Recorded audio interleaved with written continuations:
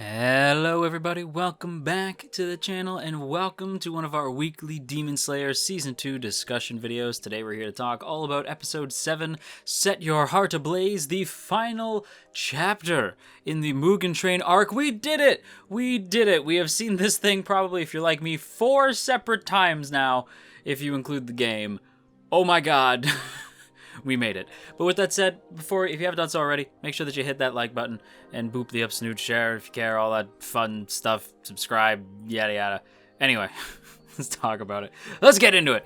So the only additional scene this week, to my knowledge, the only thing I could see was 9 added seconds of new material, that being a wide shot of just the whole group, just showing Tanjiro and Inosuke looking at Rengoku and Akaza, and then we get a second shot immediately after of Tanjiro looking scared.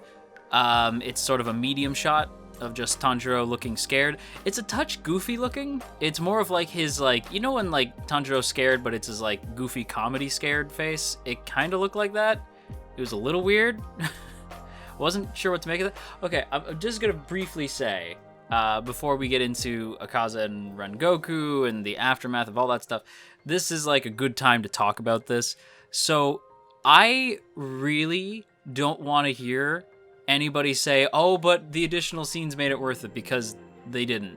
If you tell me that scenes of like 2-second shots of like things like static images made it better for you, I assume that you would also enjoy keys dangling in your face, because it was just Mugen Train again. Like it was literally just Mugen Train for like 6 episodes straight, and that was fine because I enjoy Mugen Train, and that's enough for me, you know. But let's not pretend like it was more than what it was. It was just Mugen Train. It's just Mugen Train again, which again is fine. I think we have to just understand that it was just Mugen Train again. And that's fine. Because the thing is, and I've seen this argument, and I agree with this, that if you couldn't see the movie because your region didn't have it, that makes a lot of sense. Like, if you tell me, like, I couldn't actually watch the Mugen Train movie on Crunchyroll because it wasn't there, that makes more sense. Because, like, I have seen comments of people saying, believe it or not, the movie's not available here, but the second season is. So I was like, oh, that makes more sense. Then I totally get it, because this is an important plot point, right? This is actual narrative. This is actually like the continuation of the story is Mugen Train. So you couldn't just like jump into season 2 and not know what happened in Mugen Train. Plus you'd miss all the Rengoku and Akaza greatness. So like, of course, you kind of need to see Mugen Train. So it makes sense why, you know, we spent 6 weeks just kind of dawdling while we just waited for Mugen Train to be over. And again, I've made videos talking about the little to no changes, right? I've gotten yelled at by people saying there were new scenes, open your eyes, and I went, okay. And I remember sitting there with my partner, her and I just watching the thing and going, what new scenes? I saw 2 shots, and every episode had like max 2, maybe 3. I think one episode had 3 new shots, not scenes, shots, and they were usually static. So yeah, I'm not going to sing Ufotable's praises or Ufotable's praises on the added shots. I will sing their praises on Mugen Train itself, because this is some of the most hype animation I have ever seen. So I do have to stress that while I might not really vibe with what a lot of people are saying in regards to the added shots, I do think that Mugen Train as a whole is dope. So even though I saw the movie twice, I have now seen it in the anime once, like in the series, the TV series once, and I've played the game. So I've experienced this story 4 separate times in the span of like not that friggin' long. Yeah, I'm good on Mugen Train for a while. Mugen Train to me is like this generation's Frieza Saga. You know what I mean? Or Saiyan Saga. I'd say Saiyan Saga. Okay, I'm gonna say either Frieza Saga or Saiyan Saga, and the reason I say that is because I don't know about you guys, but growing up, they would replay the Frieza and Saiyan Saga all the time on TV. So when I was a kid, I would get excited because it would be like the Cell Saga, and I was getting really hyped, and then all of a sudden, we'd be about to fight like Imperfect Cell, and then we'd flash all the way back to Raditz. Like, we'd jump all the way back to Raditz because they didn't have enough episodes yet or something. I don't really know what the deal was, but it would always do that. It would just reset all the way back and buy them time to keep dubbing it, I guess. I don't know, it was weird.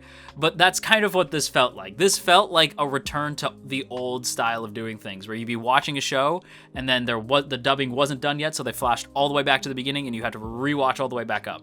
Like, weeks upon weeks upon weeks. It sucked. You youngins are lucky that you don't have to watch anime on TV, okay? Let me tell you what. Let me tell you, Sonny, it was a different time back in my day. Anyway, yeah, that's what this reminded me of. But, again, at least it was dope. Much like the Frieza and Saiyan saga, at least this was dope. Because Akaza vs. Rengoku is some of the coolest things I have ever seen. Akaza vs. Rengoku has to have some of the most wild animation I have ever seen from Ufotable. Like, and keep in mind, this is Ufotable. I don't know if you know, but they made Unlimited Blade Works. Okay, like, they made Demon Slayer Season 1, right? They have done crazy stuff. I'm not, like, a huge, like, I love Token Rambu. I don't really like Katsugeki Token Rambu. I'm more of a Hanamaru Token Rambu kind of guy. But Katsugeki was done by Ufotable, or Ufotable, dang it, I keep saying it wrong, by Ufotable. And even though I'm not, like, crazy on where they took the story in that, it's visually crazy cool, right? Like, Ufotable can always be relied on for crazy cool visuals, and this is no exception.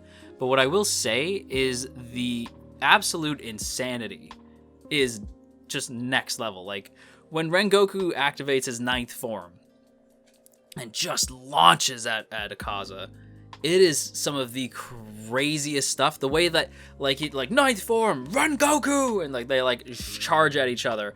Boom, they clash, like the two, like, their two forms clash, like their auras smash together. There's this big explosion, and then the music stops, and you just hear the echoing screams of battle, and then a big explosion, and it's like, oh my god, it's some of the wildest, it's some of the wildest fight animation I have ever seen. Like, you paired this together with the stuff from last week as well. Like, Akaza vs. Rengoku as a whole, again, that's why I think the movie's a better way to watch this, but Akaza vs. Rengoku as a whole is one of the dopest fights in, like, recent years. It is genuinely one of the coolest fights, and it has a lot of weight to it as well, right? Like, this moment, like, the way, like, to me, a fight should tell a story, right? I've always said a great shonen battle tells a story, right? Like, there's a story being told by both combatants.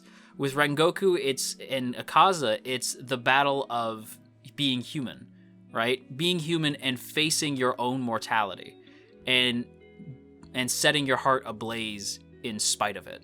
You know, Akaza represents the idea of living forever, right? And being your best forever, whereas Rengoku is of the mind where, like, because he's human, that's what makes him beautiful, right? That's what makes humanity beautiful, the fact that we have this set time and we have to do our best within that time to become something great.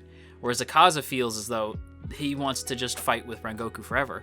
It's why Rengoku, when Rengoku gets impaled, right, Akaza's desperation for Rengoku to turn, it's genuinely hard for me to watch, because I actually, like, it's hard for me to hate him. Because even though Akaza kills what is probably one of my favorite characters in the whole friggin' show, Rengoku's so great, right? Again, I feel the same way about Rengoku that I feel about a certain other character in recent mangadom. You know who I'm talking about, in recent shonen manga, where they're there for such a short amount of time, but goddamn, they're great, and I love them to pieces, right? Rengoku's only here for, like, a flash in the pan, right? We get to see him very briefly at the end of Season 1, and he's here just for Mugen Train, and then he's gone, right? And it's such a flash, but, like, it's what makes it beautiful, you know? Like, they're not there for a long time, but he's so cool, and he's so impressive that it's hard not to love him. And you feel, like, his absence, right? Like, the loss of Rengoku hurts, right? We'll talk about it during the aftermath portion of this. But even though I love him, it's hard for me to hate Akaza, because I feel like there's a lot more going on with his character than we realize. It's difficult for me to hate him because he seemed genuinely upset to have to kill Rengoku. He didn't want to kill Rengoku. he wanted him to turn. He wanted him to become a demon like him so they could fight forever, right? It feels as though Akaza has a lot of baggage, going on, and it makes it difficult to hate him, And on top of that, seeing the struggle that these two go through at the end, right, where Akaza can't get his arm out of Rengoku because Rengoku's holding him, it solidifies Rengoku as Rengoku because he is just the GOAT, right? Like holding Akaza, even though he has an arm through his chest, and it's one of the craziest it's just one of the craziest fights of all time. Like it's just one of the greatest battles of of recent shonen memory. It's so friggin' great. I love it to pieces. Visually speaking, it's amazing. Narratively speaking, it's great, and the story being told between the two of them, it's just fantastic. Like it's fantastic for Tanjiro's growth, for the growth of all of our main trio. The fact that Rengoku gives Nezuko the nod at the end, saying she's part of the Demon Slayer Corps, and you tell them that he said that type shit. Like it's great. Like in fact, let's get into the aftermath. Like Tanjiro's outburst feels so earned. Like him crying, like screw you, Rengoku won. Like it feels so earned because that's how the audience feels. Like as an audience member, you're like, Rengoku won! I don't care, right? Like you're just upset and you're sad. Like I remember I was watching this, I did a reaction for it live, and I remember I was with my chat just going like, he won! I don't care what he says, I don't care what Akaza says, Rengoku won! Right? Because he did, right? Like even though Akaza goes running, like if Akaza had stayed and tried to actually struggle through that, they would have got him. Right? They would have got him, and it kills me, right? So it's just like, Rengoku won that. I don't care what anyone says. Rengoku won, And yeah, it's like that outburst feels so earned, And like seeing the different Hashiro's reaction as well, it just hits like a truck, right? Like seeing like the way Shinobu reacts, the way everyone reacts, just like the different reactions. Some people are shocked. Some people are like disturbed, right? Some people are scared, right? Some are like horribly sad, right? Like it's the different reactions. Giyu, Giyu's like a sort of Jotaro, Haruka Nanase type character where like a lot of the emotions are sort of under the surface. So he's not going to reveal exactly how he's feeling, but I could tell that hurt him, And you even see like the Master of Masters character just being like I'm not sad because I will see Rengoku soon. So we know that we have known that he's rather like frail and like sickly. So he already knows like I'll see Rengoku soon. I'm sad, but I'm not sad. And him going out with a smile, like an absolute legend. It is the stuff of legends. It is what makes Rengoku. It's why everybody loves him. A moment of silence for the absolute GOAT, Rengoku. Moment of silence. And it's over. The only thing that I will say is that I kind of wish we got a scene similar to the bonus scene in Hinokami Chronicles. If you know which scene I'm talking about, the bonus secret boss, I would have loved that. I know a lot of people probably wouldn't because it wouldn't have made sense, right? But I still would have liked it. I was expecting something like that, but if you've played the game, you know what I'm talking about. If you haven't, I'm not going to tell you because I don't want to spoil you. You should play the game. It's really good.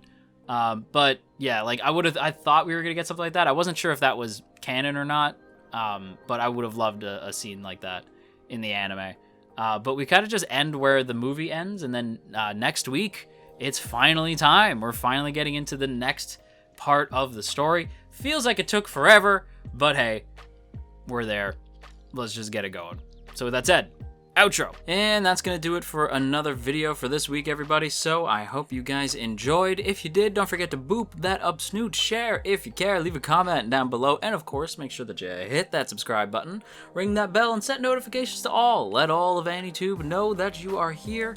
And before we go, as always, I have to give a big thank you to my wonderful masters who help keep this channel afloat. And of course, I have to give a special thank you to the Masters of Masters, and they are Izevi, Asaki VT, Elizabeth Just Elizabeth, JCran23, Jeremy P, Matt87 Eagle, Shadow Creative, Shiorans, Stephen G, Stevie W, Trapmaster, Trevor W, and Tristan G. Thank you all so much for your continued support. It means the world to me, and if you too would like to see your name scrolling past the screen, or maybe have your voice shouted out at the end of these videos, be sure to check out that link in the description to our Patreon page, or you can hit the join button right beside the sub button. Either way helps out tremendously, and I thank you a lot for it. And yeah, that's it for me. So, until next time, make sure you clean your room.